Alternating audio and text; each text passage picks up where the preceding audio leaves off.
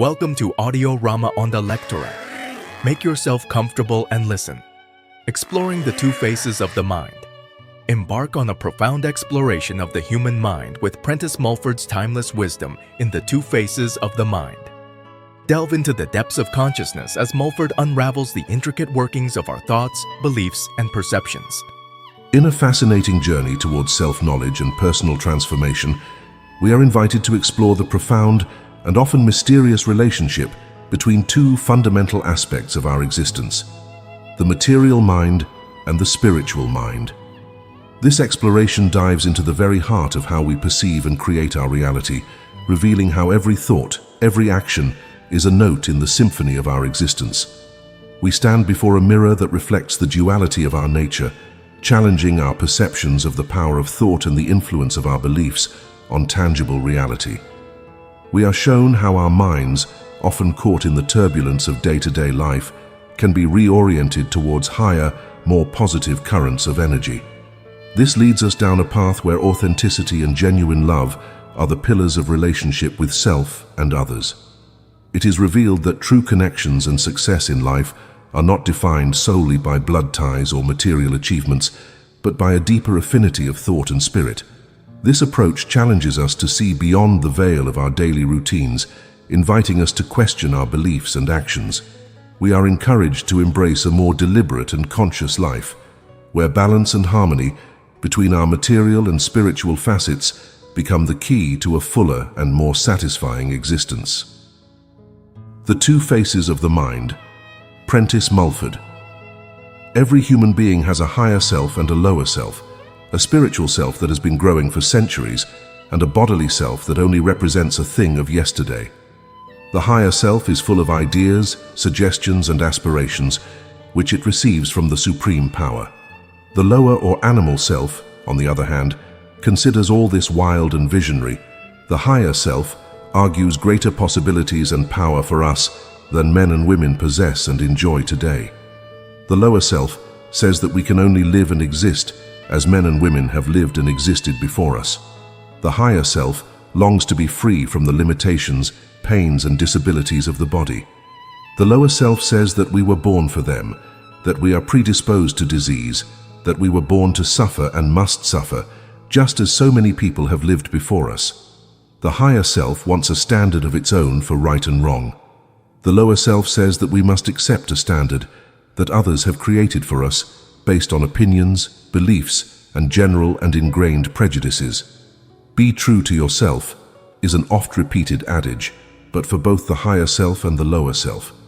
You have two minds, the mind of the body and the mind of the spirit. The spirit is a force and a mystery. All we know or can know of it is that it exists and that it is always at work and producing all results, in the physical things that are seen of the physical sense, and also in many more that are not seen.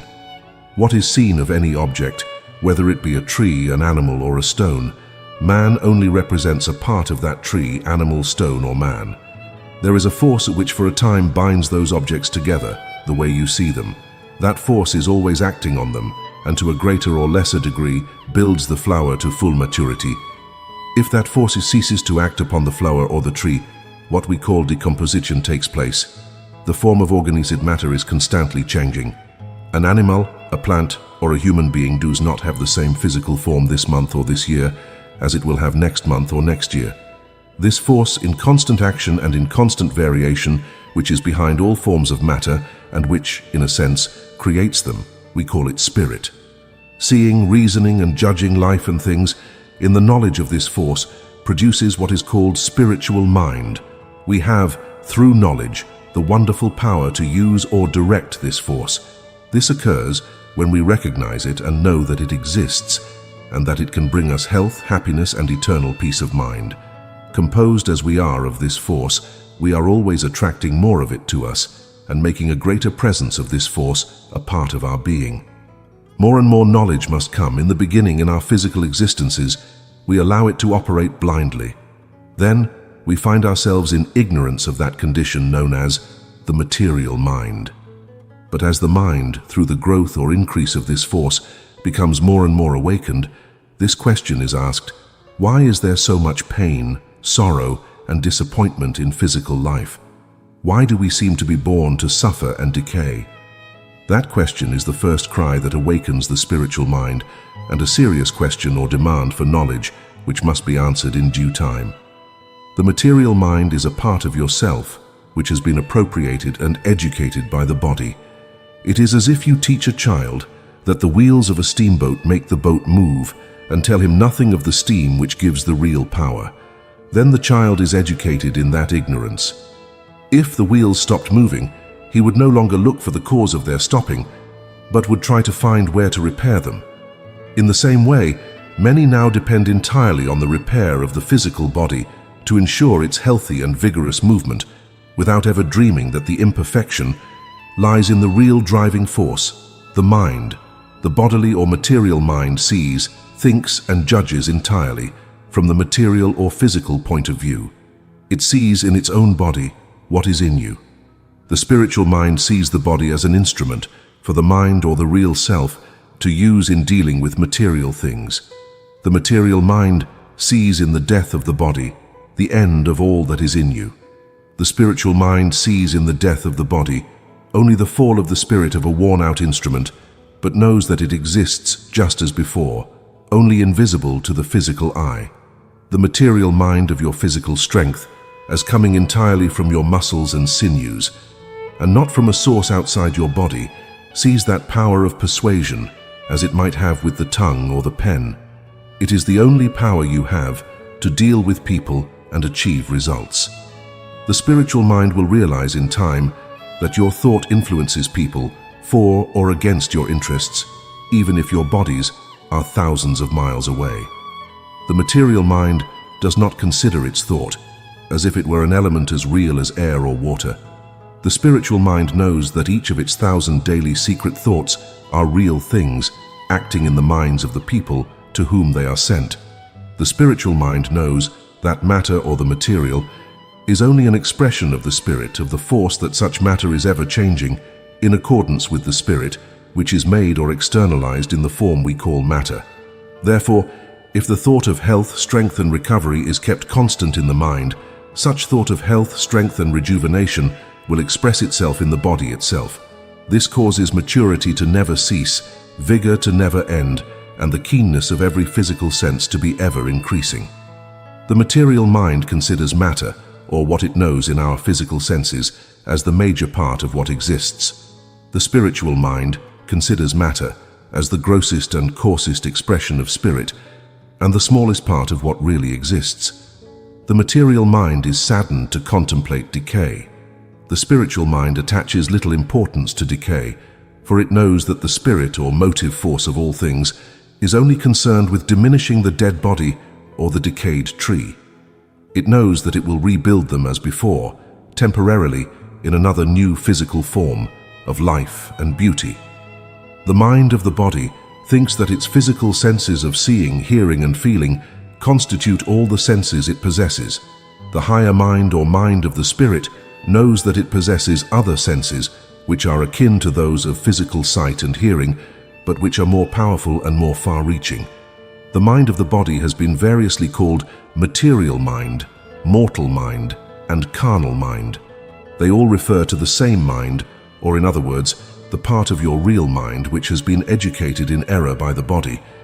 If you had been born and raised surrounded by people who believed that the earth was a flat surface and did not revolve around the sun, then in the early years of your physical growth, you would think just like them in exactly the same way.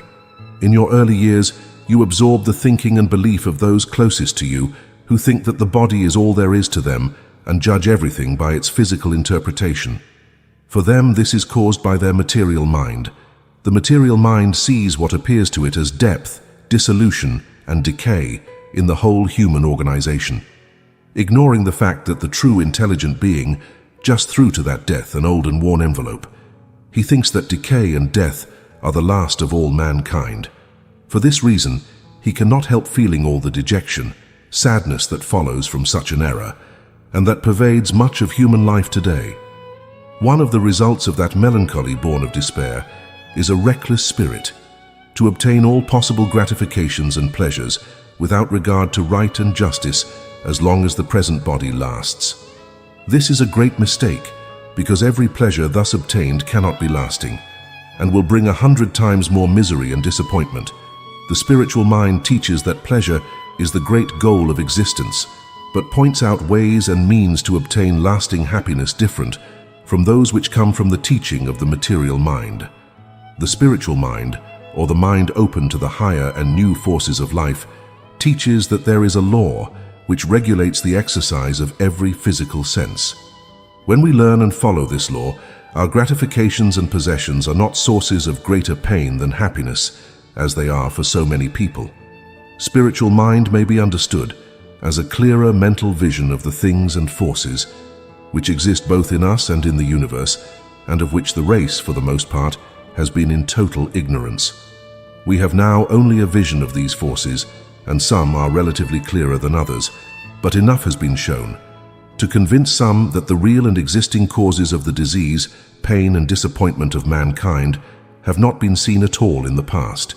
In other words, the race has been like children believing that the miller inside E turned the arms of the mill because someone had told them so. In this way, they would continue to ignore that the wind was the driving force. This illustration is not at all an exaggerated image of that ignorance, which rejects the idea that thought is an element that surrounds us and that is as abundant as air. It is something that, blindly directed by individuals and masses of individuals in the domain of the material mind or ignorance, is spinning the arms of the mill, sometimes in one direction, sometimes in another, sometimes with good results, and sometimes with bad results. A suit does not represent the body that wears it. However, the material mind reasons largely in this way. It knows no such thing as clothing for the spirit, but it does not know that the body and the spirit are two different things. It reasons that the dress, the body, is all there is of the man or woman. When the man or woman crumbles because of weakness, he sees only the garment that has been lost, and all his efforts to strengthen the man or woman are focused on that garment, instead of focusing on strengthening the inner power, which has been the one who has made the garment. Probably no two individuals are exactly alike as to the relative condition or action which their material or spiritual minds apply upon them. In some, the spiritual seems not to have awakened at all. In others, it has begun to stretch and rub its eyes, as a person does on awakening physically, when everything seems to him vague and indistinct. Others are more awake and feel to a greater or lesser extent that forces previously unthinkable belong to them. It is in these cases when the struggle for dominance between the material mind and the spiritual mind may be more severe, and that struggle, for a time, may be accompanied by physical disturbances, pain, or restlessness. The material mind, until such time as it is conquered and convinced of the truths, is constantly challenged by the warring spiritual mind and in opposition to it. The ignorant part of oneself dislikes very much to abandon its habits of thought, to which it has been so long accustomed. In any case, at first it is very difficult to recognize that we have been wrong, and we also find it very difficult to abandon the views which we have held for so long. The material mind wants to continue in the routine of life and ideas, as it has always done, and as thousands of people are doing now. It dislikes change more and more, as the crust of old thought, which has been maintained year after year, thickens upon it. She wants to live over and over again in the house she has lived in for years, dress as of old, go to business, and return year after year at precisely the same time.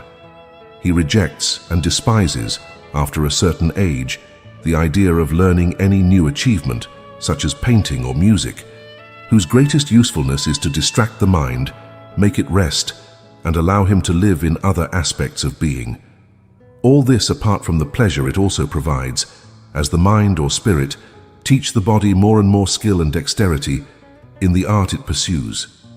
The material mind considers that the chief use of any art is to be a means of obtaining money, and does not see in that art a means of giving variety to life, dispelling weariness, resting the part of the mind devoted to other matters, improving health, and increasing the vigor of mind and body. It clings to the idea of being too old to learn. This is the condition of so many people who have reached or passed middle age. They want to settle down and accept as inevitable the idea of growing old.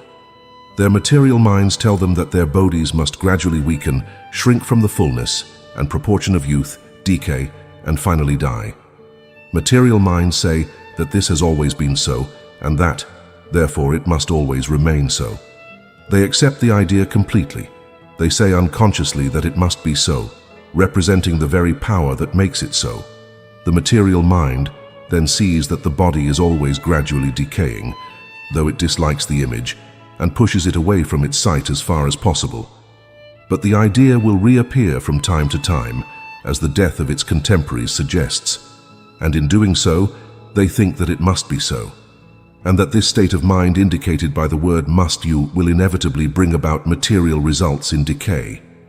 The spiritual mind, or the more enlightened mind, says the following: if you want to help ward off disease, direct your thought as much as you can towards health, strength, and vigor, and towards strong, wholesome, and vigorous material things, like clouds in motion, the cool breezes, the waterfall, the ocean swell, the forest scenes, the trees growing healthy, the birds full of life and movement.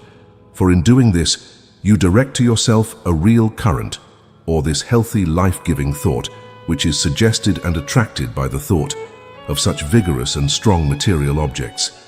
And above all, try to lean upon and trust that supreme power which formed these things, and which is the endless and inexhaustible part of your higher self, or spiritual mind. And as your faith in this power increases, so will your own power increase. That's nonsense, says the ultra-material mind. If my body is sick, I must do something to heal that body, with things I can see and feel, and that is the only thing that can be done. As for thought, it makes no difference what I think, whether I am sick or healthy. At present, for a mind whose sense of these truths is something new to it, in time it will begin to awaken. In many cases it will allow itself to be dominated by its material mind, and will make fun of this idea, motivated by an uneducated part of itself. And in this, it is very likely, it will be helped by other material minds, which have not awakened at all to those truths, and are stronger by the positivity of ignorance. They resemble people who cannot see as far as one can with a telescope, and who may be perfectly honest in their disbelief as to what the person with the telescope follows. Though such persons may not say a word or argue against the belief of the partially awakened mind, their thought still acts as if it were a wall or a blindness to these glimpses of truth. But when the spiritual mind has begun to awaken, nothing can prevent its further awakening. Although the material may replace it for a short period of time, its true self may not sometimes be where its body is. The spiritual mind says it is where your mind is, in the store, in the office, in the workshop, or with some person to whom you are strongly attached, and all this may occur in towns or cities far away, from where your body resides. Your real self moves with inconceivable rapidity, just as your thought moves. That is nonsense, says your material mind. I myself am wherever my body is, and nowhere else. Many thoughts or ideas which you reject as visionary, or as a whim or fancy, come from the impulse of your spiritual mind. It is your material mind that rejects them. We may not be able to bring that truth to relative perfection immediately. 200 years ago, some mind might have seen the use of steam as a motive power, but that motive power could not have been brought to fruition. Then, as today, some prior growth, development, and improvement was necessary in iron-making, road building, and the needs of the people. But the idea was a truth held by several minds. It has brought steam as a motive power to its present relative perfection. It has fought and overcome all the arguments and obstacles which have been placed in its way by dull, material, and heavy minds. When one puts forward an idea and says to himself, in substance, well, such a thing may be, though I cannot see it now, he is removing a great barrier in the face of the realization of the new and strange possibilities that await him. The spiritual mind realizes at once that to it belongs a great power to produce any and every result which exists in the physical world, greater than people dream of. It sees that, as far as the possibilities of life are concerned, we are still in dense ignorance. However, he can see some things, such as perfect health, freedom from decay, weakness and death of the body, the power to transit, travel and observe independently of the body, as well as methods to maintain all necessary and desirable material things by action and work of mind or silent thought, either individually or in cooperation with others. The condition of mind that is desired is the total mastery of the spiritual mind. But this does not imply the tyrannical domination of the material mind by the spiritual mind. In truth, it means that the material mind will be swept away as regards its stubborn resistance and opposition to the impulses of the spiritual. It implies that the body will become the willing servant, or rather the helper, of our spirit, that the material mind will not strive to present itself as superior when it is only inferior. It implies that that state in the body will gladly lend its cooperation to all the desires of the spiritual mind. Therefore, all power can be given to your spirit. It will not be necessary to invest strength in resisting the hostility of the material mind. Then all that force will be used to further our enterprises, to bring us material goods, to lift us higher and higher into realms of power, peace, and happiness, to achieve what would now be called miracles. Neither the material mind nor the material body must be won and merged into the spiritual by any course of severe self-censorship or self-denial, nor by self-punishment in expiation for sins committed, nor by asceticism. That will only make you more hard, severe, intolerant, and merciless, both to yourself and to others. From this perversion of the truth have arisen such terms as crucifying the body and subjugating the lower or animal mind. From this perversion have arisen orders and associations of men and women who, going to another extreme, seek holiness in self-denial and penance. Holiness implies the totality or complete action of the spirit over the body, or the perfect control of your spirit over a body through knowledge and faith in our ability to attract more and more of the supreme power. When you lose patience with yourself, by the aggressiveness of the material mind, by your frequent slips and falls into your sins, or harassing periods of petulance or moodiness, as well as excesses in any direction, you are not realizing any good, and only fall into the error of calling yourself or thinking for yourself harsh names. You must not call yourself 1,000 sinners, any more than you would call anyone else 1,000 sinners. If you do, you put in your thought the vile sinner and make it temporarily reality. If in your mental vision you teach yourself that you are utterly depraved and a vile sinner, without realizing it, you are making that your ideal, and you will unconsciously grow towards it, until the pain and evil coming from such unhealthy growth will cause you to recoil or destroy your body. For from this state of mind, which in the past has been very much inculcated, arises hardness, intolerance, uncharitableness towards others, harsh, severe, and gloomy view of life. It is very likely that these mental conditions will bring physical illness when the material mind is discarded. Or in other words, when we become convinced of the existence of these spiritual forces, both within and without us, and learn to use them correctly, because now and always we are using them in some way. Then we can use Paul's words, "Faith is proud with victory," and "the sting and fear of death disappear." Life then becomes a glorious advancement from today's pleasure to tomorrow's greatest pleasure, and the phrase, "to live," means just to enjoy. Who are our relatives?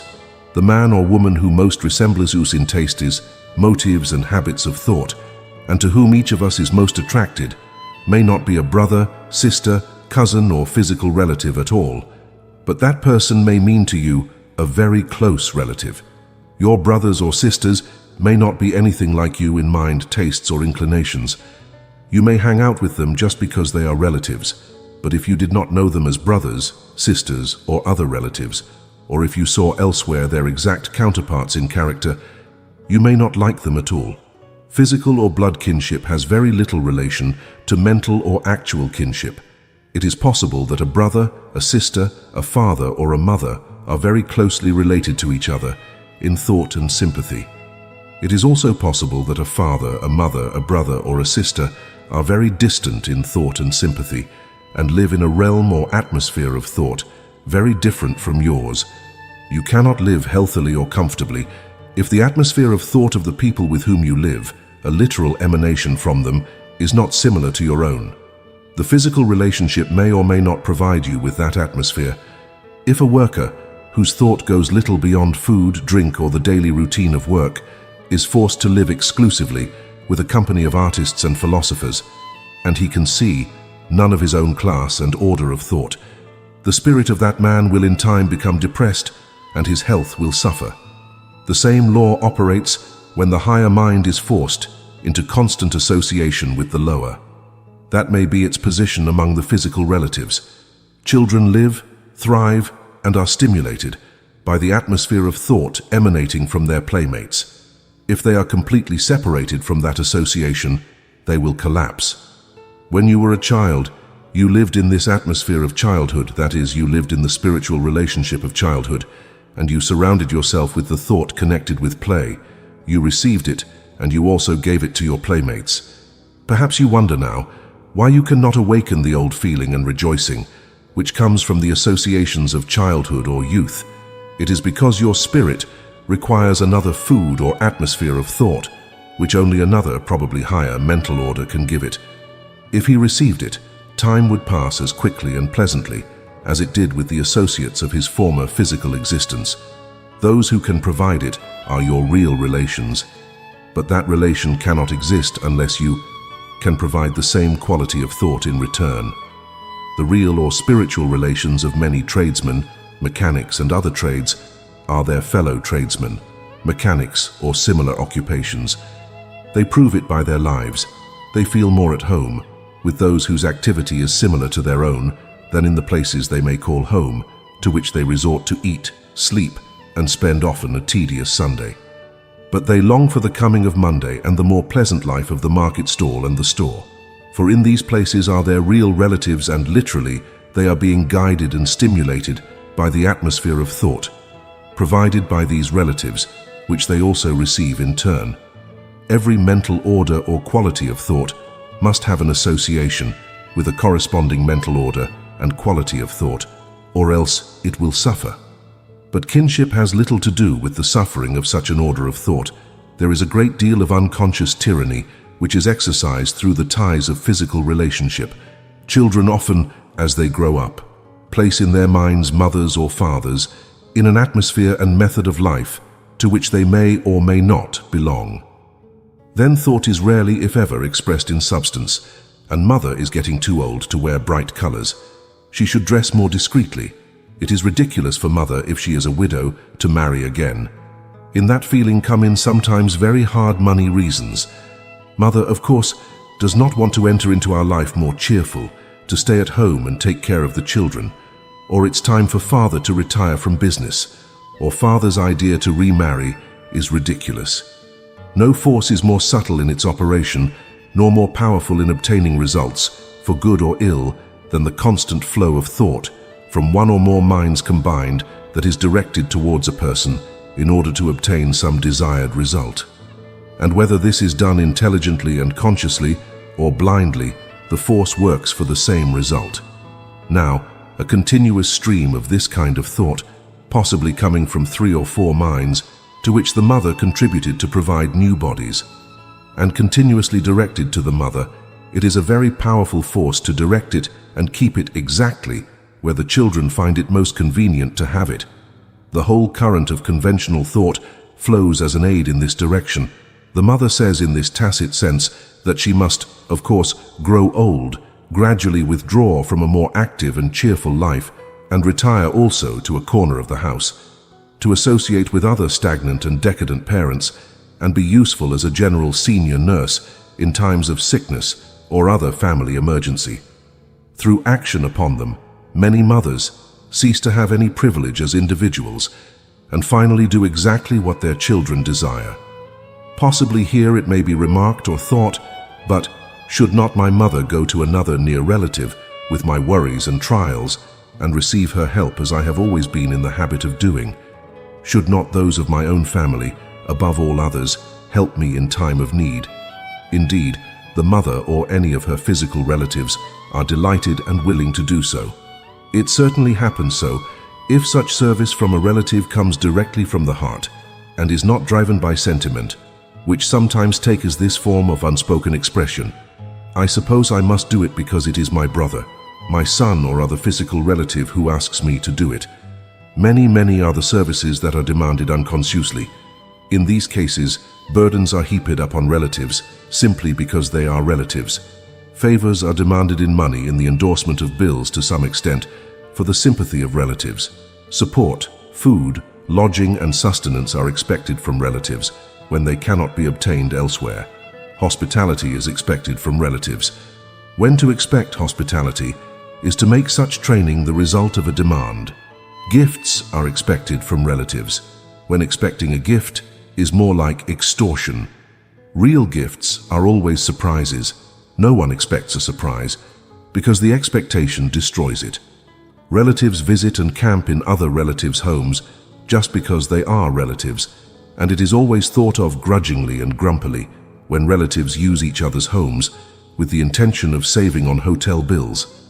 No real or lasting good comes from a gift made to another unless the heart accompanies it, and its bestowal is to the giver an act of absolute pleasure. For there is something else that accompanies the material gift, the food, the shelter, the loan, which, though invisible and little known, is more important than the form itself. It is the thought that accompanies it. That thought strongly affects, for better or worse, the person receiving the gift. If in giving within your means, you bestow the smallest amount of money to a needy person, and the accompanying thought is not only the most sincere desire to help that person, but you feel a keen pleasure in giving that help, you then throw upon that person a certain element of thought, which will never leave him and which will benefit him eternally, according to the quality, power, and strength of your thought. Thus you do much more than relieve his present physical need. You give him a certain amount of spiritual power, and after that his power will develop and increase in such a way as to enable him to live above beggary. He will attract to himself the good things of this earth, as all will and should do, when they grow to a certain stature in spiritual power. It is a great help to them to acquire in time such power. You have sent forth and sown in them a seed of thought which will take root and bear fruit at some period of their real or spiritual existence. But if you give fastidiously, if you give something motivated by a kind of compulsion, if you give food, shelter, clothing, money, or whatever, just because circumstances force you to do so, or because people might speak unfavorably of you for not giving, or because other people are not so giving, then your gift does not do much good, no matter to whom you give it, even to your mother, father, brother, sister, son, or daughter. In this way, you only relieve a physical need, and just for a while. You can feed a body, shelter and clothe it, but you do not and cannot adequately feed the spirit that uses that body. The thought that accompanies your donation is not that of the most perfect will and sincere pleasure in relieving the needs of that body. The thought of reluctance that accompanies the gift, the thought come onto that position when the recipient of the gift, however close the relationship, is endured rather than enjoyed. The thought that accompanies any gift which is made to a person or relative because custom and public opinion demand it, or because of the opportunity of the recipient, is a great disservice both to the giver of the gift and to the recipient. It signifies the sending of a current of thought which is evil in its character and result. It keeps present the giver of the gift, from whom a response in thought of the same nature is taken, and this also is injurious. For if you receive a gift which has been extorted in any way, your feelings towards the giver are not those of warm and glowing gratitude, but become something quite different. The Christ of Judea, in commending the widow, who cast her abacus into the treasury, made us appreciate that action and see it in this light, not only because she gave in proportion to her material means, but because she saw that her thought of desire to help, in whatever way help was needed. Going with that abacus, it was far more sincere and genuine than that of the richer people who threw their major, but who threw with them also an inferior character of positive thought. He also saw that the thought of woman was much more useful than that of others, that it was purer, less mingled with inferior motives, and, therefore, much stronger. Is it not my duty, some ask, to feed, clothe, shelter, and support a very near relative, as well as a parent, if he is helpless in his old age? The expression, to do out of a sense of duty, does not always imply that what is done, whether it be helping the person or caring for the sick person from an illness, is done out of the impulse of love for that person or love of doing. Sometimes it is done mechanically or with distaste. Sometimes it is a forced and painful performance. For this reason, a reduced benefit is obtained, for if the physical needs are temporarily relieved, the spiritual ones are not. And unless the spiritual part of our nature is nurtured, there can be no permanent relief or well-being in the physical. Parents who in old age are supported by their children simply out of a sense of duty have a wounded and hungry spirit. Wounded because they feel that they are burdens to bear. Hungry because no real love accompanies the gift or the service performed by these children. Children who come into the world without being welcomed by parents and who are brought up only because custom, convention, and public opinion demand in their support that parent, they are the most unfortunate and suffer the blight and hunger which this causes their spirits. Genuine love from the heart is very vivifying, and if it is received by the child, it means for him a source of joy, health, strength, and activity. There is a remarkable coincidence in education where the fear of public or private judgment becomes its foundation. It drives the acts that are performed out of a sense of duty. If public opinion suddenly changed and did not censure at all, the person who refuses to support very close relatives in need or old age, a part of these relatives would probably go to the poorhouse, and the son or daughter who would send them there would be acting in accordance with his or her true nature and not feigning a feeling which he or she does not possess. Mothers often say, "I do not care what becomes of me so long as my children are well brought up and educated." A mother should be very much concerned with her own cultivation. If her cultivation and growth in wisdom slows down, so will that of her children. It will be maintained if she sinks in her intentions to favor her children. A truly authentic mother will continually earn the admiration, respect, and love of her children.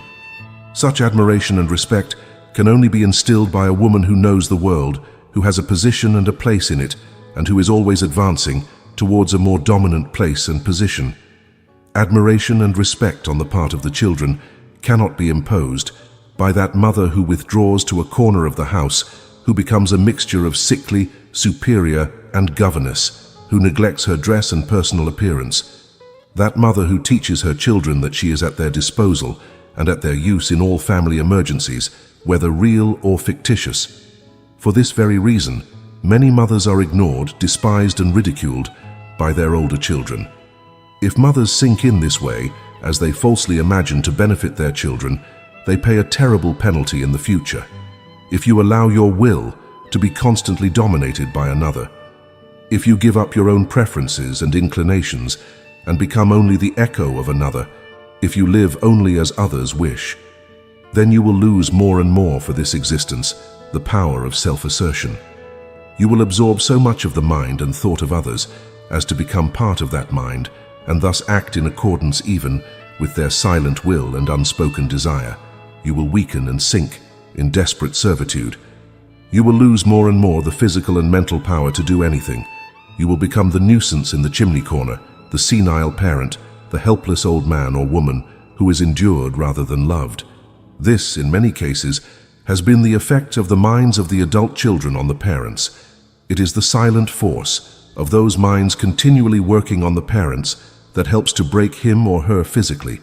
The mental decay and weakness commonly attributed to old age is due in part to the injurious effect of one mind or group of minds trying to usurp and dominate another.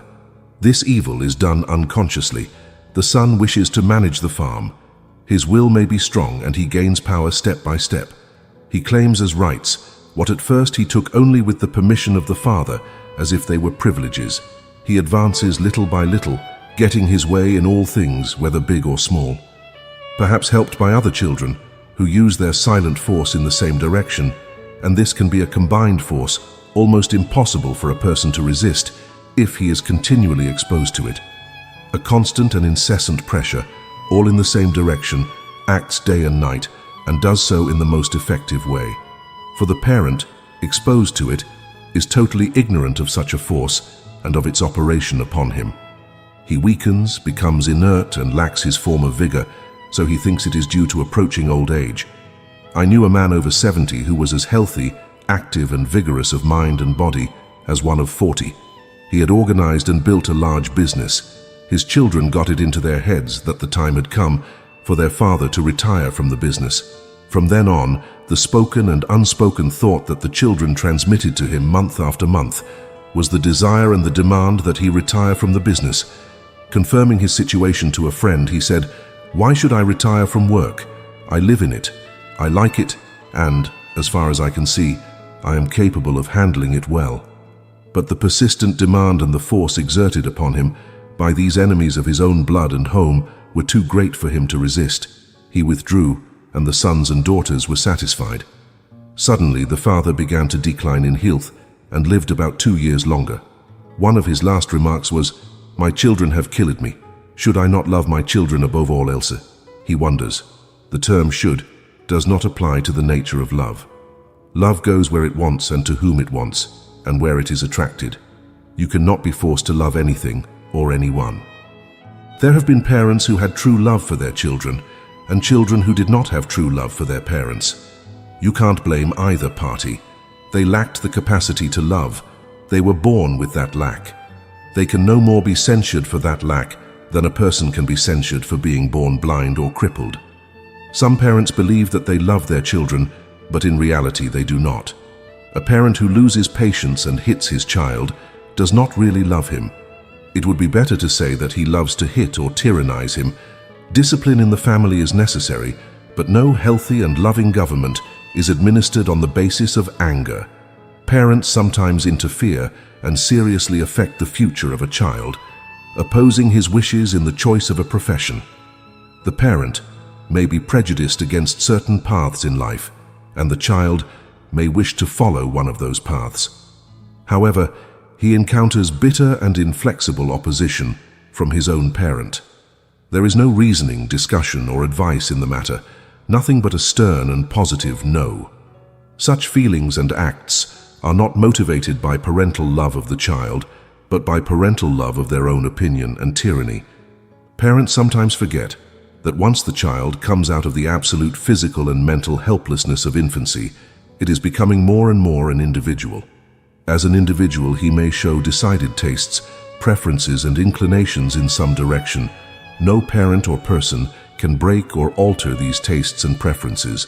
No one can turn that child's mind into something else, because the child's mind, as we call it, is actually a spirit that has had other physical lives, from infancy to maturity and even to old age.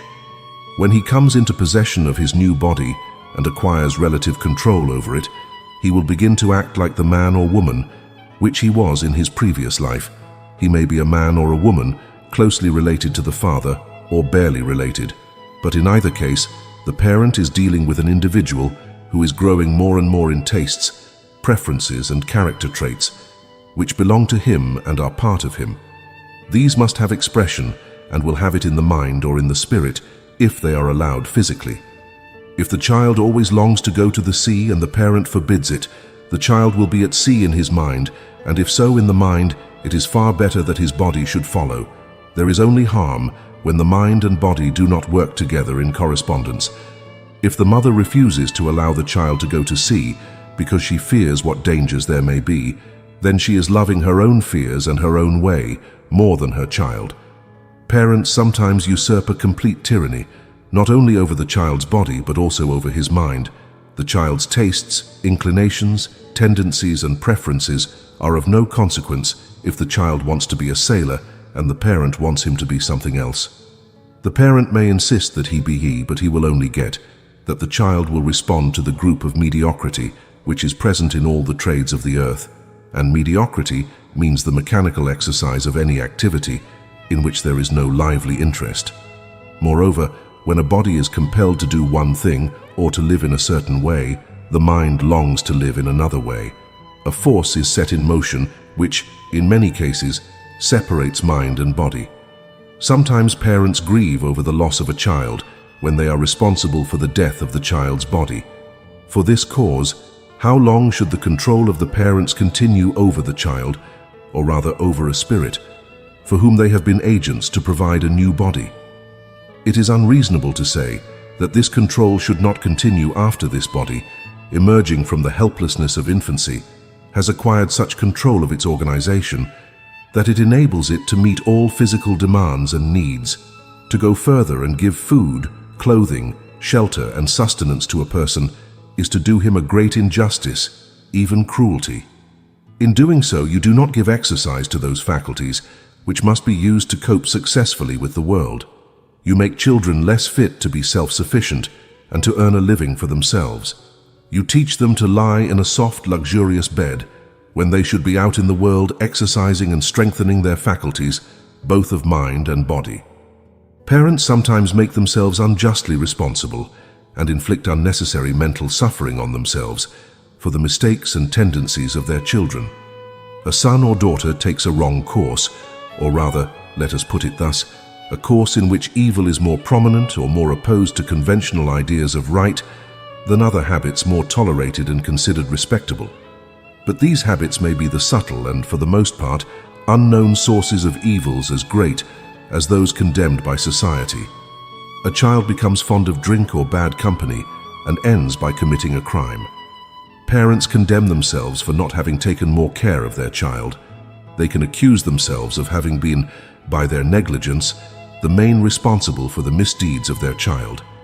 Madam, you are blaming yourself too much. You did not make the character of that son or daughter. It was made long before that spirit had the use of its last body.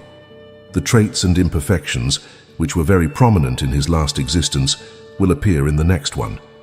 If he was a thieving spirit in the past, he will probably show thieving tendencies now. If he was brutish, animalistic, and gluttonous, the same tendencies will show themselves now. If he grows to a more refined plane of thought, he can do much to modify and diminish these tendencies, but whatever he does about it will be through the silent force and action of higher thought in the mind of his child. It will not be through a lot of verbal advice, physical punishment, or discipline.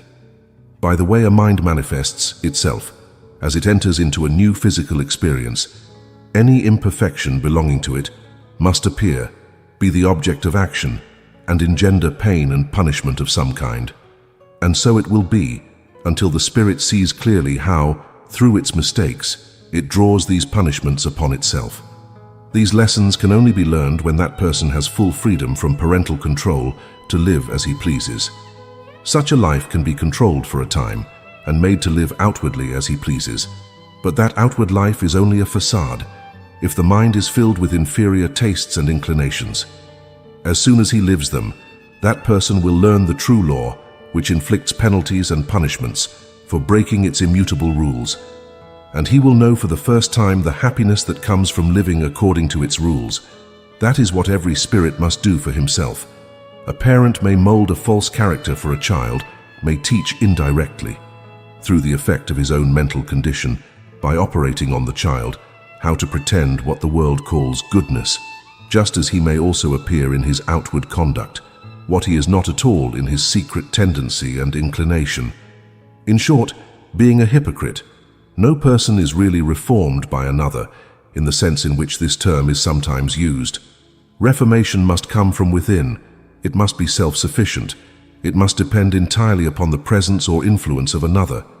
If it does not, it is only a temporary reform which will fail when the influence of the person on whom it depends is removed. Sometimes we hear it said that the wife of such and such a person has been the one who has done it, referring to the husband. By the way, why do we never hear that the man was the cause of his wife?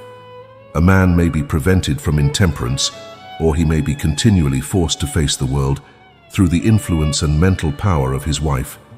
But if in that reformation he is wholly dependent on her, if he cannot sustain himself without her presence and her continual urgings, his reformation is not lasting, and will moreover be a very heavy and injurious burden to her. It is a one-sided affair, when one person must supply all the strength that sustains two, and if it is persisted in, the wife, or whoever supplies it, will ultimately sink under that burden, and there will be two shattered lives instead of one. One person can elevate another in the highest sense, but a person who has a higher mind can, if he is in very close and prolonged association with someone weaker, temporarily give the weaker his own life and strength, provided that his desire to help the weaker is very strong.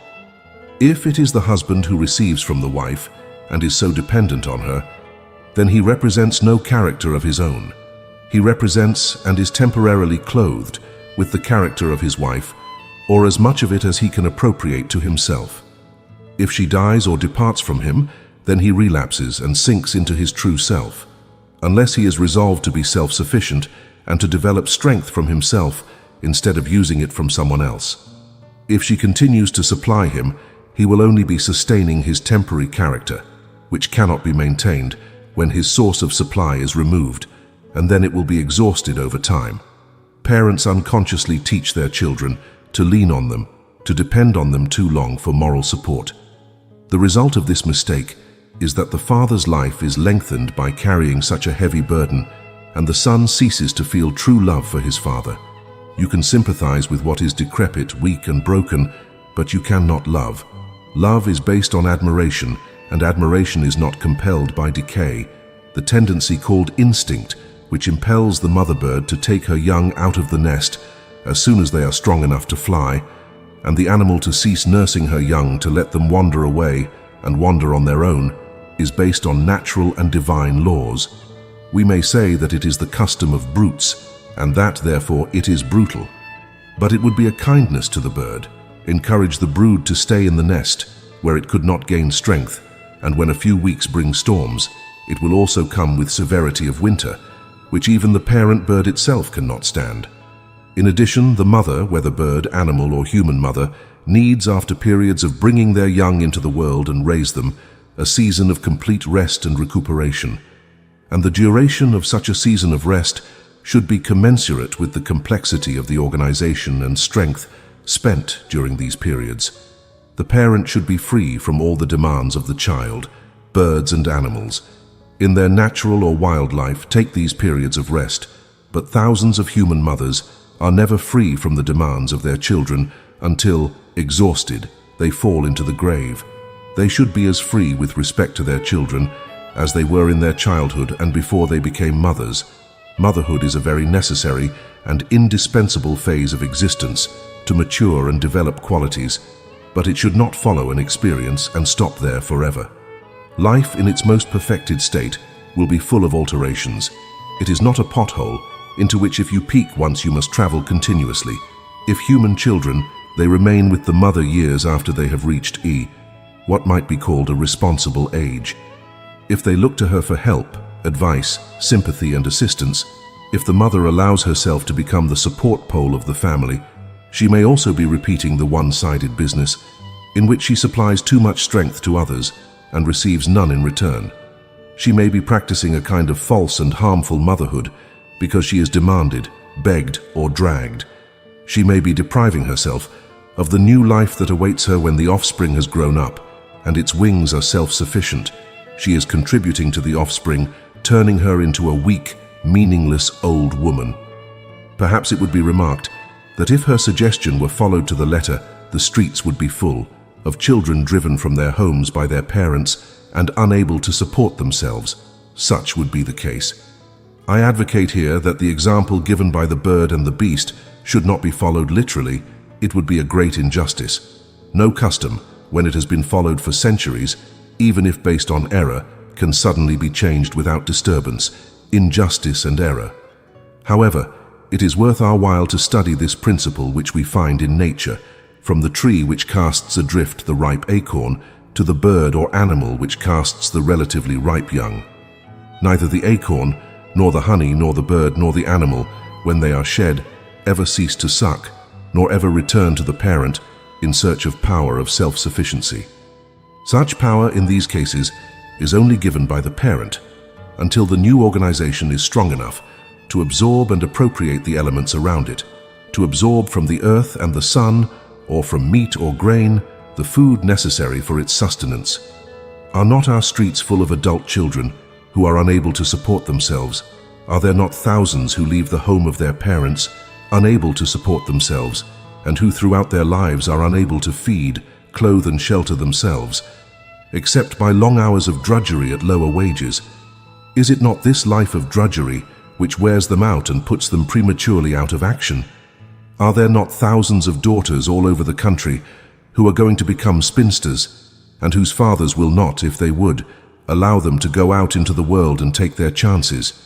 These are the birds huddled in the nest until their wings refuse to exercise, lose at last all power or impulse to fly, and whose mouths, though they become adult birds, are trained only to open and receive the morsels dropped to them. Streams of thought. We must be careful what we think and speak, for thought advances in currents as real as those of air and water. From what we think and speak, we attract a similar current of thought. This acts upon the mind or body, either for good or ill. If thought were visible to the physical eye, we would see its currents flowing in and out of people. We would see that persons similar in temperament, character, and motive are in the same literal stream of thought. We should see that the person in a dejected and angry mood was in the same stream with others who were dejected and angry, and that each one in such a mood served as an additional battery or generator of that thought, thus strengthening that particular stream. We should see these forces working in a similar way and contacting the hopeful, courageous, and joyful with all the other hopeful, courageous, and joyful. When you are depressed or sad, you have the thought stream acting upon you, coming from everyone else who is depressed. You are in unity with the depressed order of thought. The mind is then diseased. It can be cured, but a permanent cure cannot come immediately. When one has practiced for a long time, the habit of opening the mind to this current of thought, attracting to us the current of any kind of evil, we become for a time one with evil. In the thought current of the supreme power for good, we can become more and more as one with that power, or in that biblical phrase which says, one with God. That is the desirable stream of thought which we should attract. If a group of people talk about any form of sickness or suffering, of people on deathbeds and agonies, and if they cultivate this morbid taste for the unhealthy and the gruesome and form their basic topics of conversation with it, then they bring to themselves a similar stream of thought. This stream of thought will be filled with images of disease, suffering, and disgusting things. For a healthy mind, this current acts upon them and will end up bringing them sickness and suffering. If we talk a lot about sick people or are among them a lot and think about them constantly, whatever our motive, we will attract upon us a current of sick thought, and its bad results will end up materializing in our bodies. We have much more to do to save ourselves. When men talk business together, they attract a stream of ideas and suggestions. The more they agree, the more they will attract this stream of thought, and the more they will receive ideas and suggestions to improve and expand their business. In this way, the conference or discussion among the core members of the company or corporation creates the force that drives your business. Travel first class, stay in first-class hotels, and dress as expensively as your wallet can afford, without going to the extreme of ostentation. In these things, you will find help to place yourself in a stream of relative power and success. If your wallet does not justify those expenses now, or you think it does not justify them, you can start living with that mentality. This will make you take the first steps in this direction. Successful people in finance unconsciously live this law. The desire to demonstrate influences this course, but there is another force and another factor that drives them, a wisdom of which their material minds are hardly aware. It is the wisdom of the Spirit, which tells them to immerse themselves in the current of thought of successful people, and by that current to be led to success. It is not complete success, but it is good as far as it can go. If our minds are constantly focused on what is falsely called economics, always looking for cheap accommodation, food and airline tickets, we immerse ourselves in the stream of thought of the cheap, the servile, and the fearful. Our vision of life and our plans will be influenced and deformed by it. The implicit courage and entrepreneurial spirit will be paralyzed. Using this old phrase, "He who does not risk does not win," we are absorbed by this current, and we always have its influence acting on us. We feel immediately when we come into the presence of successful people, and they do everything possible to avoid us. They feel in us the absence of that element which brings them their relative success, It acts as a barrier which prevents their sympathy from flowing towards us. Sympathy is a very important factor in business. Despite opposition and competition, a certain current of sympathy unites the most successful people. The mania for cheapness is part of the current of thought of fear and failure. The current of thought of fear and failure and the current of thought of courage and success do not mix or unite in the individuals who are in these respective currents of thought. They antagonize each other, and between the two types of mind, a barrier is built more impenetrable than stone walls. It lives entirely on one idea. On the idea without adventure there is no change, and on the current of thought of all other minds, which carry that idea. In the extreme there is no reform, but what can be carried too far. The harm of such an extreme lies in the person who pushes it, deforming the mind, judgment, and reason. Everything on one side makes fanatics, maniacs, and lunatics, whether it is an idea about an art, a study, a science, a reform, or a movement. It connects extremists of all people, in that order and stream of thought, whatever their specialties. Often, such people end up becoming furious haters of all who differ with them, and in thus hating, they expend their strength in tearing themselves to pieces. The safe side lies in turning daily to the thought stream of the wisdom of the infinite mind. When that wisdom is more invoked, our reforms and organizations for the good of the whole will not be entangled in internal troubles. When they are organized as they are now conducted, they will admit at their birth the thought current of hatred and antagonism towards the oppressor and the monopolist. This very force produces quarrels and dissensions among the members. It is a force used to tear down instead of building up. It is like taking the fire used to generate steam in the boilers and spreading it throughout the building. When people get together and somehow speak their ill will towards each other, they draw to them with tenfold power a stream of harmful thoughts.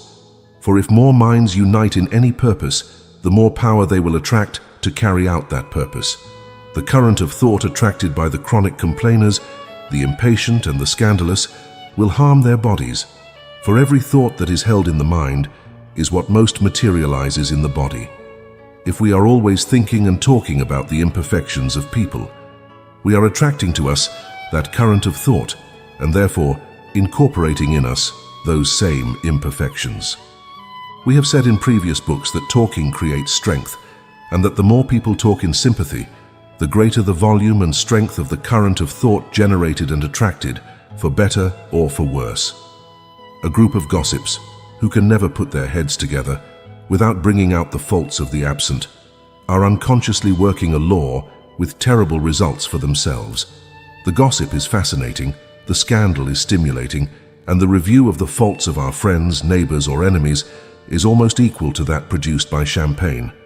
But in the end, we pay dearly for these pleasures.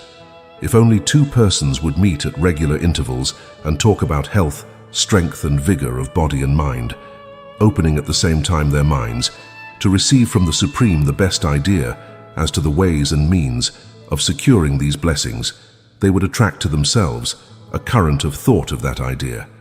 If these two persons or more were to hold these conversations on these subjects at regular times and places and find pleasure in such communions, without being forced, conducting them without controversy, and entering into them without preconceived ideas and not allowing any tinge of gossip or censorship from others to creep into their conversation, then they would be surprised at the end of the year at the beneficial results to mind and body.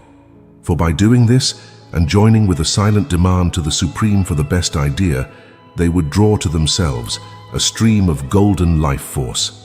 Let two begin, for it is not even easy to find two people who will agree and concur to obtain the results proposed.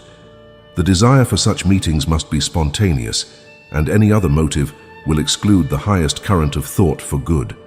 The ancient revival or camp meeting, by the combined action and desire of several minds, produced a current of thought which caused the ecstasy, fervor, and enthusiasm which characterized those meetings. The American Indian was striving in the frenzy of his war dance by a similar law. He brought to him by the force of united desire an element and a current of thought which stimulated and even intoxicated him. His only desire was to draw upon him this mental intoxication, The more minds worked along the same line, the faster the desired result would come. The true orator in his daily effort attracts to himself a current of thought which, when transmitted to his audience, excites them. The same is true of the inspired actor or actress. First, they draw to themselves a higher and more powerful element of thought which flows through them and acts upon the audience. Then, if you occupy yourselves too much with your own defects, by the same laws you will attract more and more their current of thought and thus increase those errors. It is enough for you to recognize these defects in yourself. Do not always say of yourself, "I am weak, I am cowardly, I am moody, or I am reckless." Attract the thought stream of strength, courage, even temperament, prudence, and all other good qualities.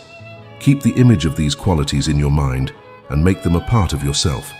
Sometimes you have been harassed, absorbed, and even annoyed for days, thinking about the suit you wanted to buy, about the cut, color, and fashion of a dress, about the choice of a coif or tie, until you have thought of nothing else but the clothes, the hat, the coif, the dress, the tie, or any other detail of life.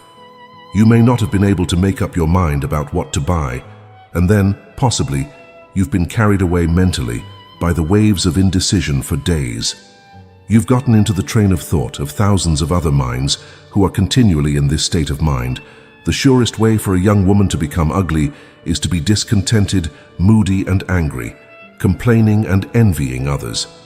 Because in those moods, she is bringing to herself the invisible substance of thought which acts upon her body and damages it. It ruins the complexion, makes lines and creases on her face, sharpens the nose, and transforms the face of youth into that of the old in a very short time. I am not trying to moralize here, or saying you should not do this or that.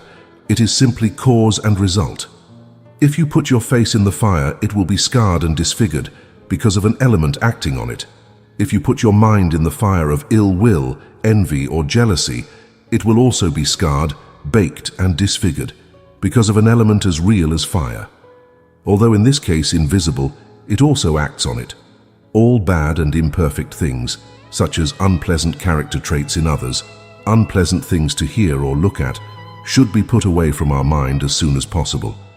Otherwise, if you meditate on them, they will attract your thought stream. Then they will become permanent spiritual elements, and these, in time, will materialize into corresponding physical elements. If we always keep in mind the person who is doing something wrong, we are more likely to be that ourselves. Let us try then, with the help of the supreme power, to enter into the stream of thought of healthy, natural, strong, and beautiful things. Let us try to avoid thoughts of disease, suffering, deformity, or lack. It is better to contemplate a field of grain or the rolling waves than to delve into the horrors of a train wreck. We do not realize how much we are physically and mentally depressed by the incessant feast of horrors that the daily press prepares for us. We invoke in its reading a current of thought full of things and images of horror and suffering. We thus put ourselves in connection and unity with all the other morbid and sick minds who live and delight in this current. It does not lead to life, but to sickness and death, neither to others nor to yourself. It does you any good to know every fire, explosion, murder, robbery, or crime which the newspapers report every day. If we read notes written by cynical and sarcastic minds which are so deformed that they are only able to see the faults of others, and in the end are unable to see the good anywhere, we bring upon ourselves their harmful stream of thought and become one with it. The arrow that is always bent with evil intent and sarcasm is the most deadly to the one who sends it. In other words, the man who is always inviting and cultivating this stream of thought is welcoming the discomfort, disease, and misfortune which it is sure to bring him. And when we get too much into his mind, we invite similar results. You can be neat, careful, and methodical in your habits, and exact and elaborate in your work. However, if you associate with those who are careless and slovenly, you may find in yourself a tendency to be also careless and slovenly, as well as showing difficulty to resume and carry out your former neat, methodical, and orderly methods. For not only have you absorbed from the careless mind, or from the mind which lacks patience to be at ease at all, but the fragment of mind which you have absorbed is acting as a magnet to attract to you its stream of like thought. When an evil is known, it is already half cured. Aware that when you find yourself in any unpleasant mood, a thought stream of such unpleasant mood is acting upon you. Aware that you are then one in a kind of electrical connection with many sick and morbid minds, all generating and sending unpleasant thoughts to each other. The next thing to do is to pray or demand to get out of this stream of bad thoughts. You cannot do this entirely by your own individual effort. You must demand the supreme power to divert you from it. We can invite more and more to the stream of thoughts of lively, fun things. Life should be full of play. Continuous seriousness is very close to sadness and melancholy.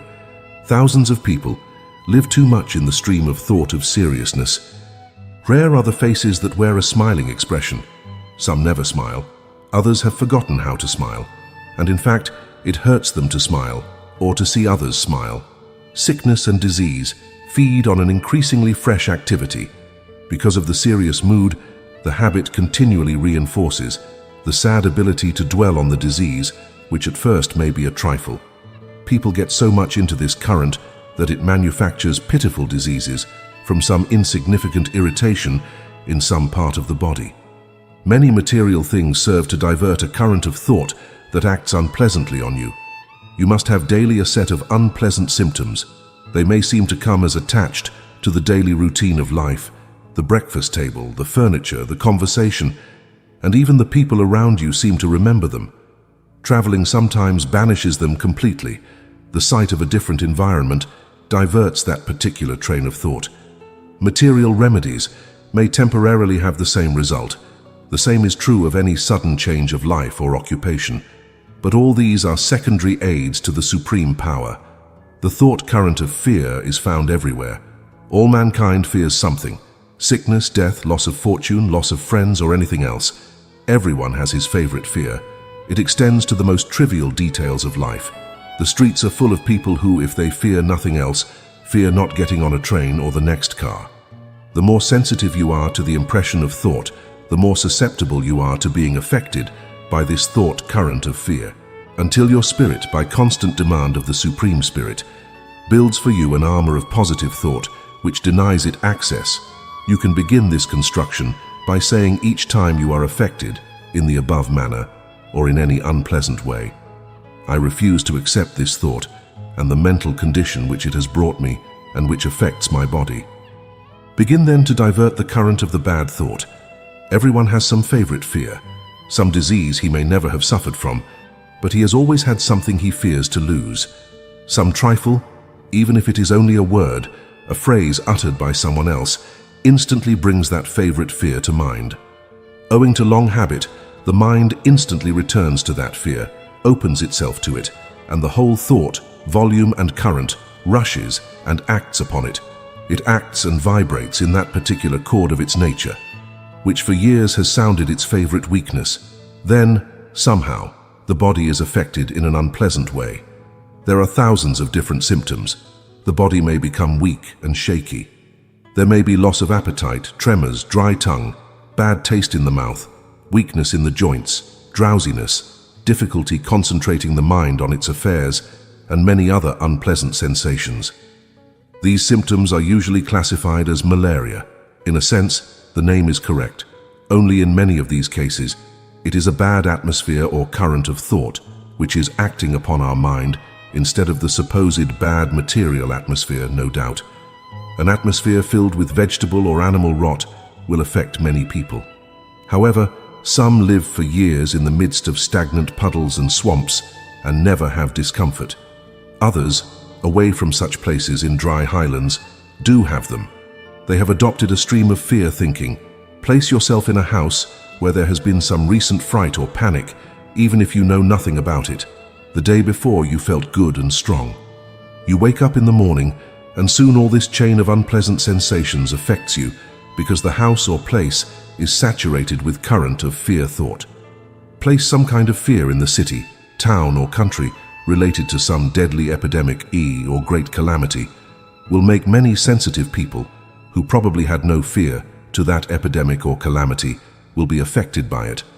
Unfortunately, that current of thought affects them in their particular weak point. A fanatic predicts some great catastrophe, The tabloid press takes up the subject, airs it, affects ridicule, but continues to write about it. This gets many more minds thinking and more people talking. The more people talk, the more this harmful force is generated. As a result, thousands of people are affected by it in an unpleasant way, some in one way, some in another, because it is released on them, the full force of that volume of fear.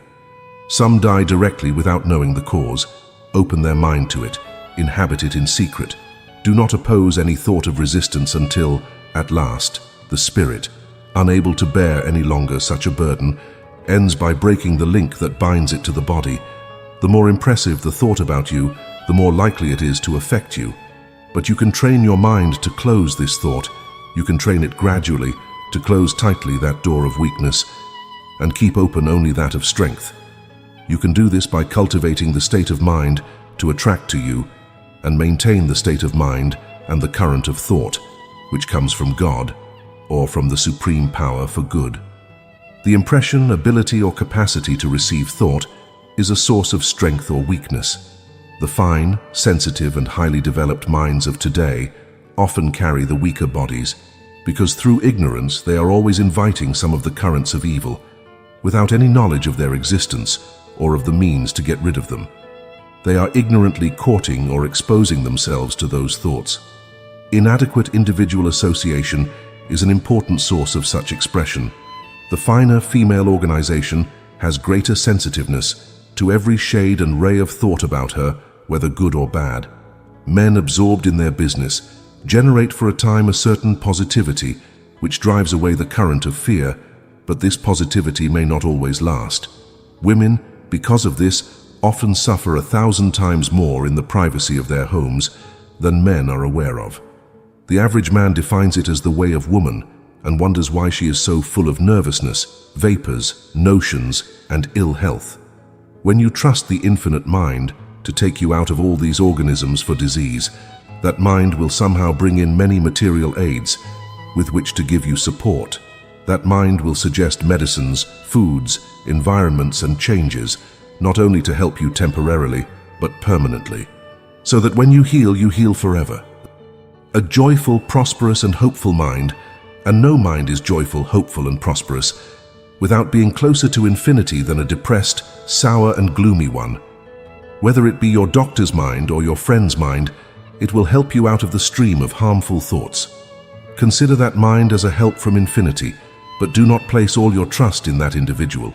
Put great trust in the supreme power, which has sent you the individual as a temporary help, until your spiritual limbs are strong enough to sustain you.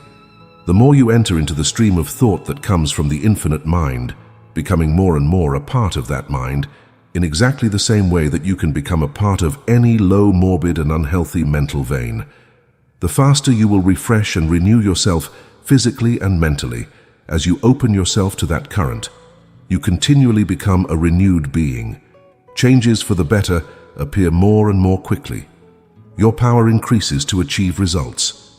Gradually you lose all fear as you are shown more and more insistently that when you are in the thought stream of infinite good, there is nothing to fear. You realize with greater clarity that there is a great power and force that cares for you. You are amazed at the fact that when your mind is in the right direction, all material things come to you with very little physical or external effort.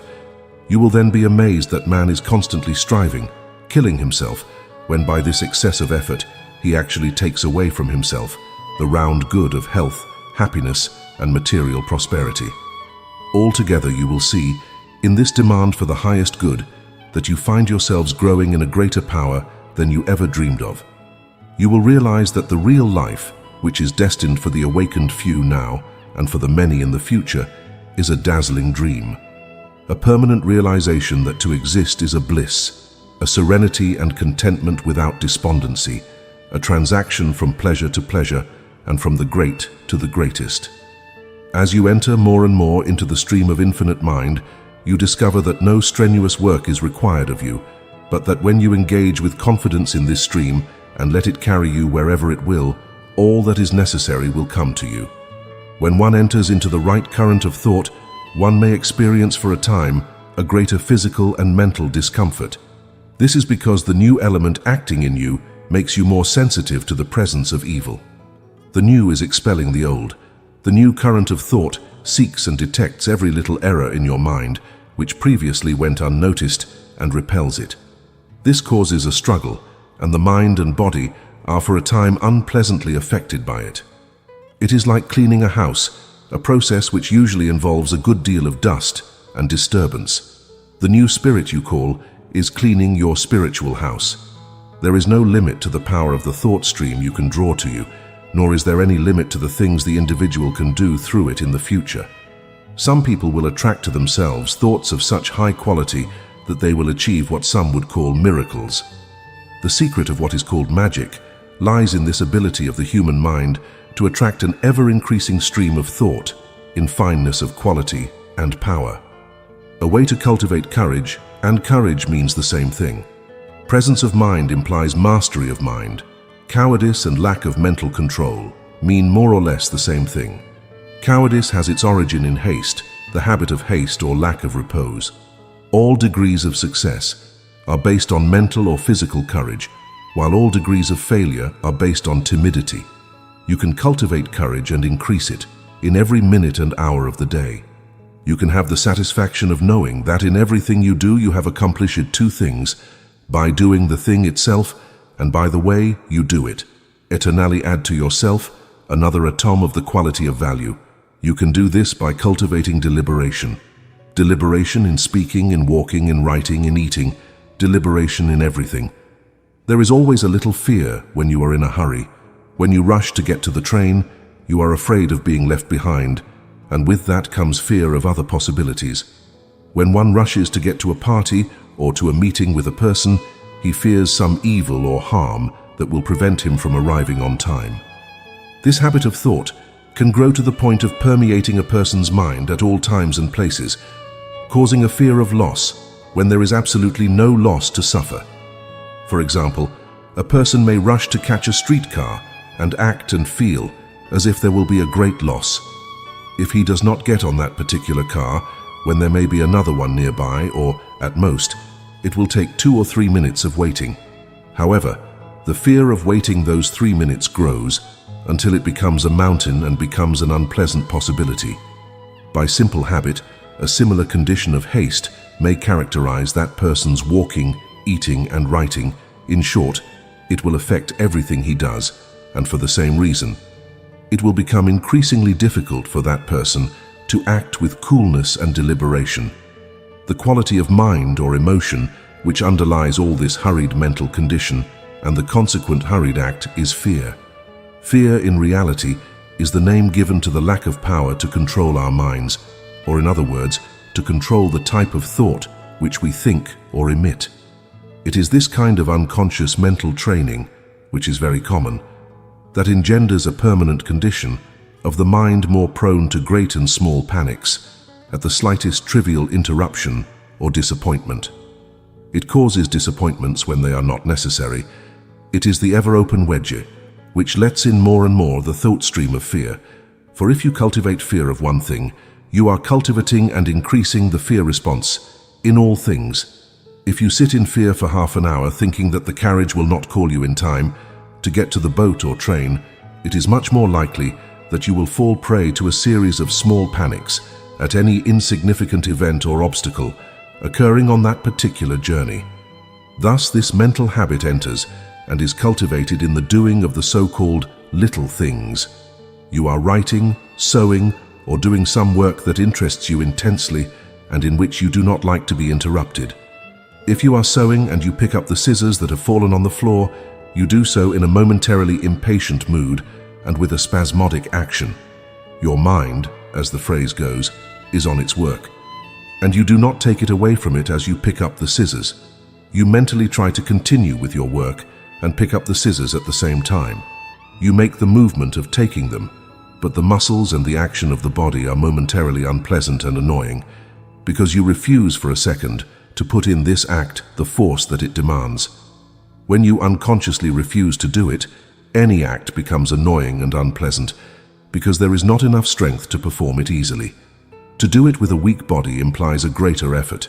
You have the power to instantly throw your strength on any muscle making the act easier and more enjoyable. This ability to throw strength on any part you want increases through its cultivation, and you can do much more and in a better way through this cultivation of deliberation, because deliberation can be as quick as thought. The more you train your mind in that direction. If you pick up a pin or tie a shoelace in a hurry, you do it not only because that act is annoying to you, but because you fear that it will momentarily deprive you of some pleasure.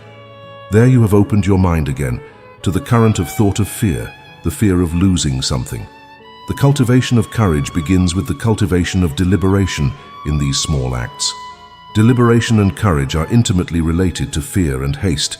If we do not learn to properly govern our strength in the performance of the smallest act, we will find it much less easy to govern it in the performance of all acts. If we analyze what we have, we will discover that in our mind we are trying to deal with too many things.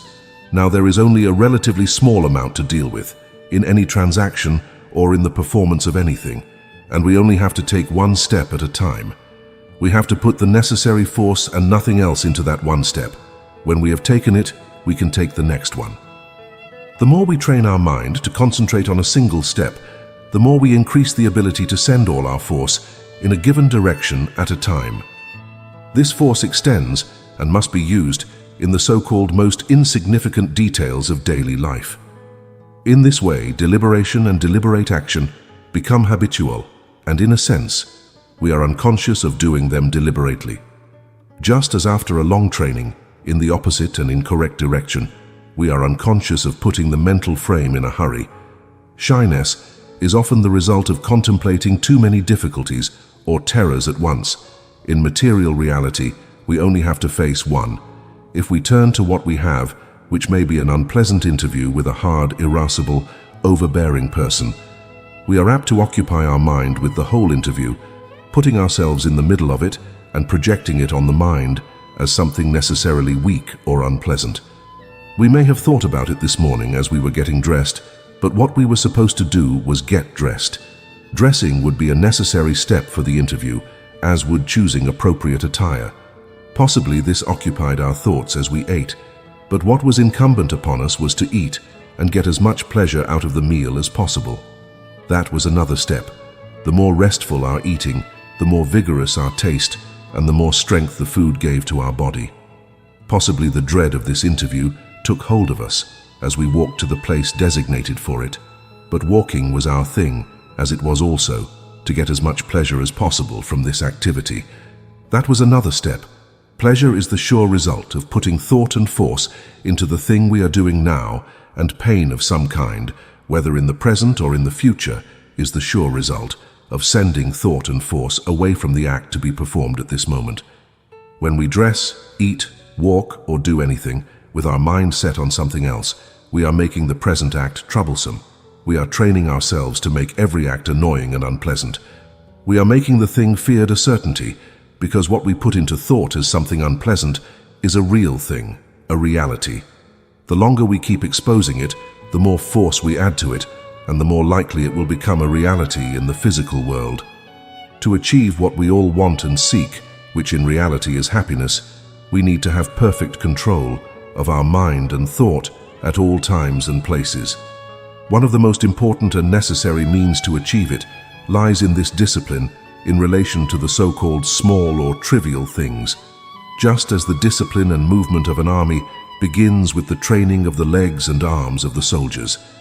If one rushes and neglects insignificant details, it is easier to lose one's guard or get confused in the face of the unexpected. And in life, what always happens is the unexpected. We need at all times to have the mind always present with us. We want it always in the right place, ready to be used in any direction. Our thinking is not in place when we tie a shoelace and we think away from that shoelace, when we fix a pencil and concentrate on one of the next day's worries. Then it recedes, and if we have had all our lives the habit of turning away from the act at hand to the distant act, it becomes increasingly difficult to use it again and more difficult to use it promptly. When it is used again, our thought moves from one thing to another with a speed similar to the electrical, and we can unconsciously train this speed so that it always goes from one thing to another, until it is almost impossible to keep it on something for 10 consecutive seconds. On the contrary, by cultivating repose and deliberation in all things, we can train ourselves to chew and fix our thought on anything as long as we like, and thus to direct ourselves to any state of mind we desire, to throw ourselves at will into sleep or into a conscious state as restful as sleep. These are only a small part of the possibilities of the human mind. There is no limit to its knowledge or to the increase of its power, and there is nothing within the limits of our imagination which cannot be realized by it. The steps towards these achievements are very small, very simple and relatively easy, so simple and easy that some reject them for this reason. No doubt, these powers and many results derived from their exercise were known long ago to a few, but any power or any condition of mind consequent upon it may be made clearer to an English-speaking people by the use of an English word or form of expression than by terms borrowed from other languages. The North American Indian and the Oriental had, in some cases, the power of nullifying all thought and rendering their minds, in a sense, blank. Thus, not only were they insensible to fear, but this mental condition rendered their bodies almost insensible to physical suffering. It was the power of inducing this mental condition that enabled the Indian, when taken captive, to resist all the methods of torture inflicted by his captors, and sing his death song under the infliction of fire and a slow process of bodily mutilation which is too horrible to describe and which very few of our race could endure without falling into the frenzy of agony. The Indian is much more reposeful and deliberate than most of our race, both in mental and physical movement. By unconsciously cultivating this rest and leading a life less artificial than ours, increased his spiritual power, one of the sure results of which is the mastery of the mind over the body, which can diminish physical pain and, as a last possibility, banish it altogether. The deliberation of the movement, or of a muscular movement so slow that our mind has time to follow it, gives us time to think of big and small emergencies, but the lack of such training causes unconscious physical action. So ingrained is this habit that the body moves without our being aware of it. Clumsiness, lack of direction, and tactlessness are due to lack of mastery of the mind caused by insufficient deliberation, or, in other words, a trained inability to take the necessary time with which to think or plan what to do.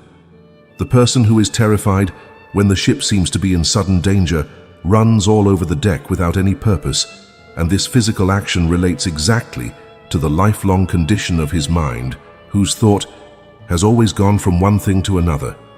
Just as caprice took hold of him, the more deliberate person, whose mind is trained to take the time to think and hold or concentrate his thought, stands firm, and so gives himself time to see what the opportunities of escape may be.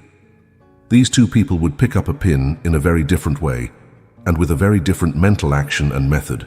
To train for courage means to prepare for deliberate movement in all things, for that is simply training, to chew and keep strength in reserve and let out no more than is necessary for the moment.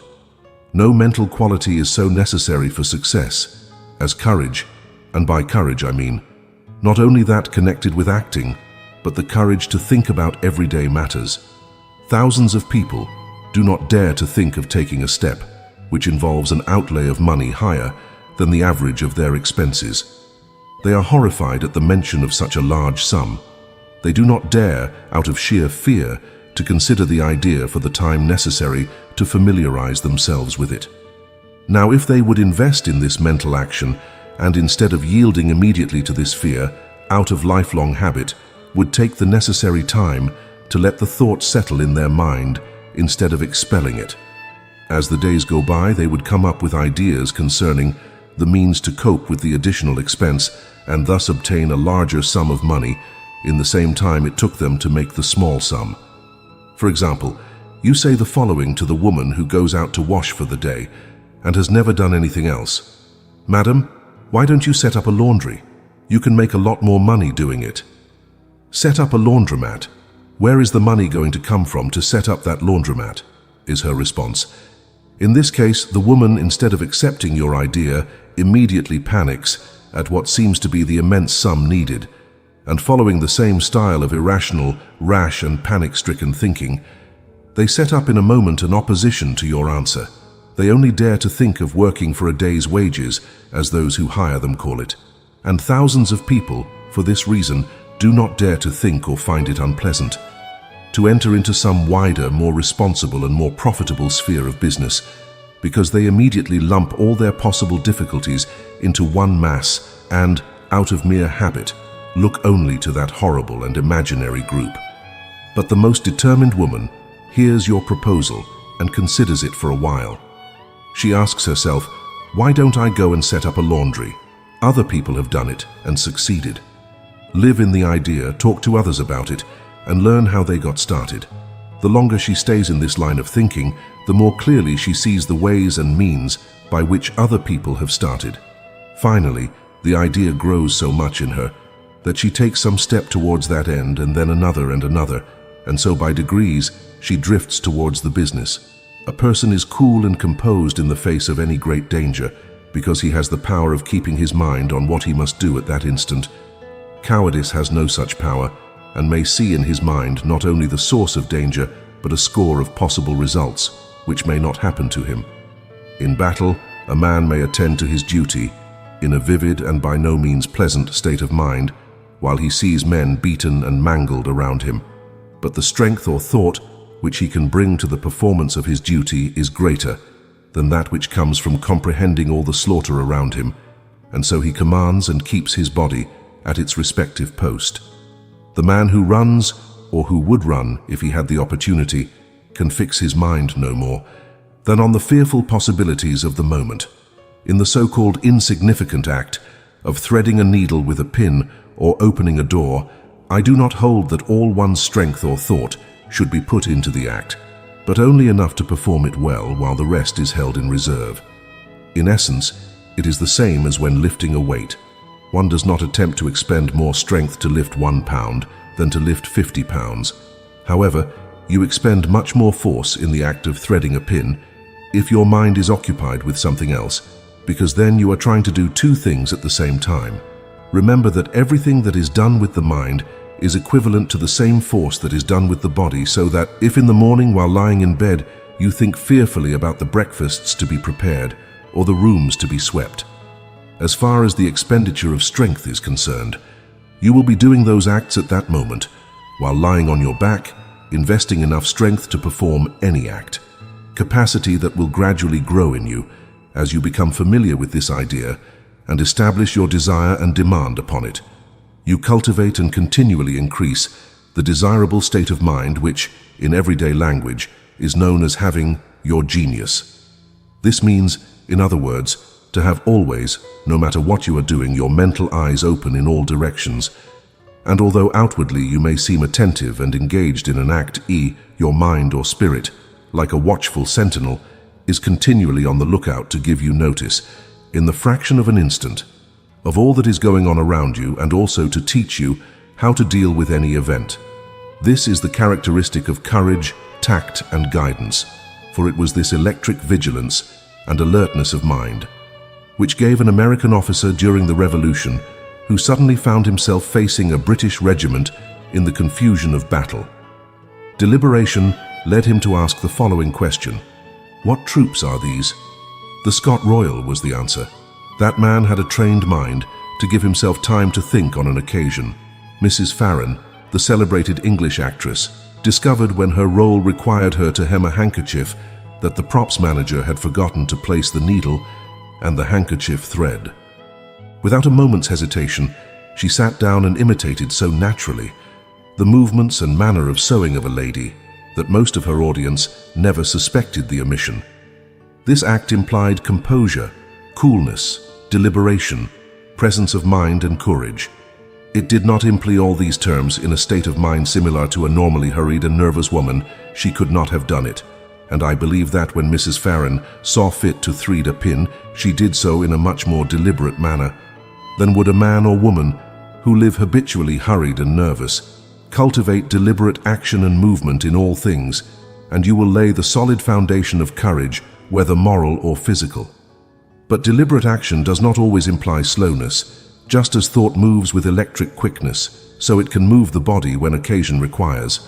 but the thought must be clearly planned, seen and delineated in the mind before it is allowed to act in the body.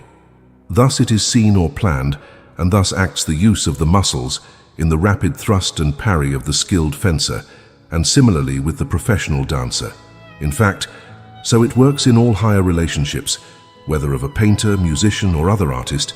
In many cases, however, they are but partial controls of the mind outside of his art. The artist may have little mental control or release, and as a result, be nervous, easily disturbed, capricious and timid. The mind is our garrison, which must be armed at all points and disciplined to meet any emergency. It is the training or self-training of complete men and women, whose minds are not cultivated in one direction only and neglected in all others. It is far better, in the end, to grow symmetrically and be finished to the extent in which we have grown everywhere, than to have all our power concentrated in a single talent or capacity and become what the world calls a genius. The inner history of genius is often very sad and shows how little happiness it brought to its possessor. Tens and hundreds of little acts of daily life, such as picking up articles dropped from the floor, opening and closing drawers, placing or reaching articles on the bathroom table, and attending to small details of dress, are done unconsciously. Under the influence of this hurried condition of mind, especially when some more important object attracts our attention, in doing these things we drive recklessly, weaken our body, and become tired. And finally, we are easily frightened by this habit of mind, because fear and cowardice appear more frequently when the body is weak. This habit cannot be changed in a day or in a year, when for a long time it has permeated a whole life. Nor can the ills, whether mental or physical, resulting from that habit, be cured immediately. There can only be a gradual turning away from them. If on hearing this, you feel convinced that there is something in it, and feel also the conviction that some part of them fits your own case, then your healing has begun. True conviction, the one that comes from within, never leaves us or stops working to get us off the wrong path and onto the right one. It may seem buried and forgotten for seasons, and our wrong habits may seem stronger than ever. It isn't. But as convictions take root, we see our mistakes more clearly, forgetting that before we were blind and did not see them at all. If this book provokes in you the conviction of knowing a long-rooted error, it is not I individually who convinces you. I only put a truth that takes hold of you, and the rope of truth in your being feels it. If I apply the torch to the gas jet and light it, it does not follow that I make either the fire or the gas. I am only a means or agent to ignite that gas. No man creates or invents a truth. Truth is as general and widely diffused, and belongs to every individual as much as the air we breathe. And there is pleasure enough in being a torchbearer without pretending to claim power from its creator. And above all, we must demand more and more courage from the supreme power.